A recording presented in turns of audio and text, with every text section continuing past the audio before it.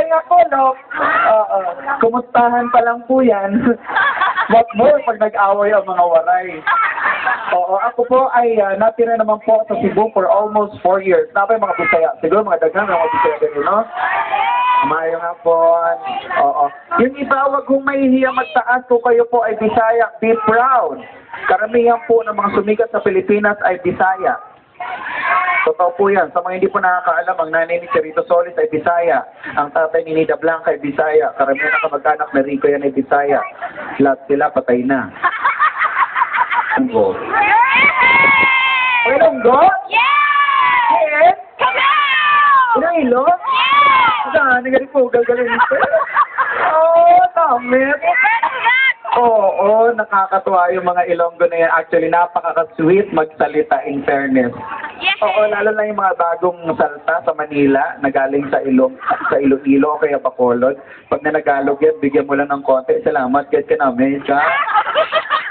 Kaya? Oo, ganun yan. Kaya minsan hindi mo alam kung nag-aawayan o hindi. One time, meron pong lumipat doon sa tinitirang kong apartment dati. Mag-asawa. Hindi ko alam, madalas naman palang mag-away yung dalawang yun.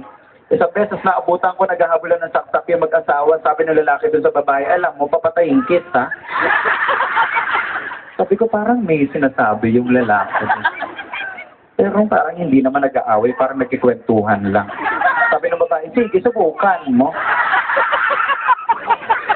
Nagulat ako dahil yung babae naabutan po ng saksak na saksak sa tagiliran. Sabi ng babae, aray ko, masakit.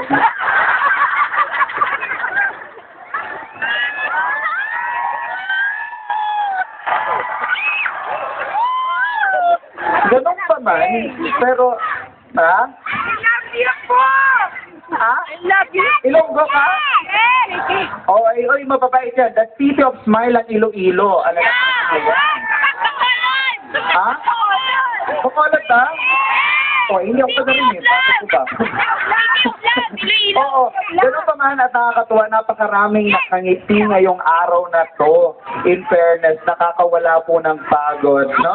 Napakarami rin palang mga nandito na talagang magaganda. Magpalakpakan nga lahat ng mga gaganda.